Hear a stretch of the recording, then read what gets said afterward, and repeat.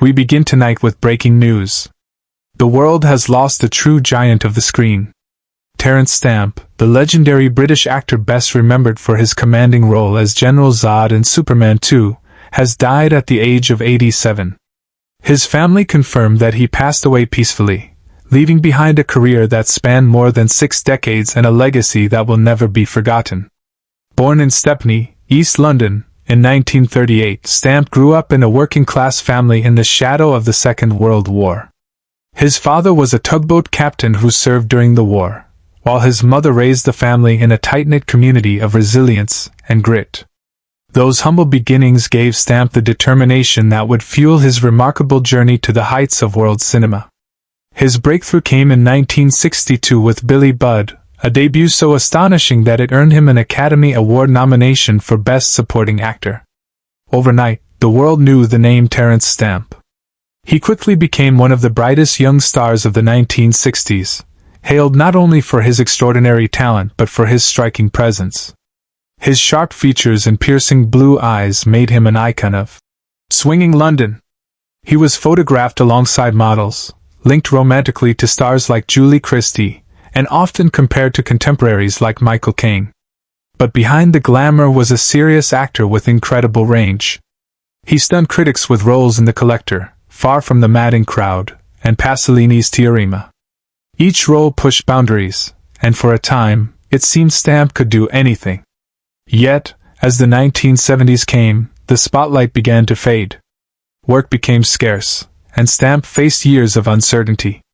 Then, in the late 1970s, a role came along that would change his life forever. Richard Donner cast him as General Zod in Superman and later in Superman 2.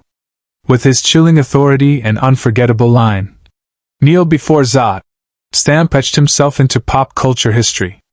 To this day, the character of Zod stands as one of cinema's most iconic villains, remembered by generations of Superman fans around the world.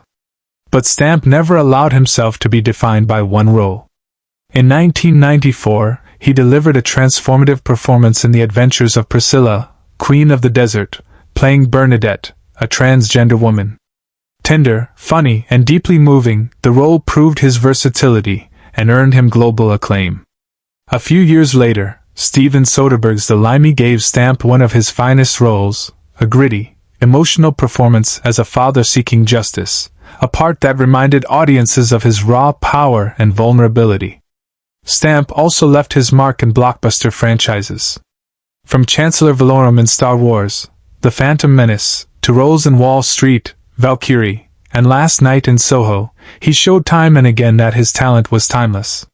His voice too became legendary, lending gravitas to video games such as Halo 3 and The Elder Scrolls: Oblivion.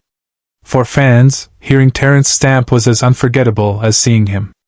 Away from the screen, Stamp was reflective and creative. He wrote memoirs like Stamp Album and Rare Stamps, as well as a novel, and even a cookbook designed for those with dietary restrictions.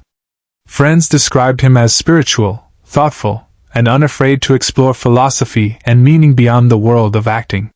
Since news of his passing broke, tributes have poured in from across the globe.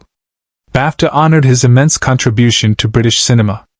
Directors and actors recalled a man who could command a room with a whisper, whose presence was magnetic, and whose performances were unforgettable.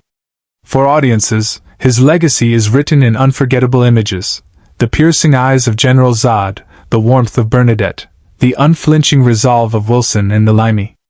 Terence Stamp is gone, but the memories he gave us are eternal. Tonight, the world mourns not just an actor, but a legend. Terence Stamp, born 1938, died 2025. Rest in peace.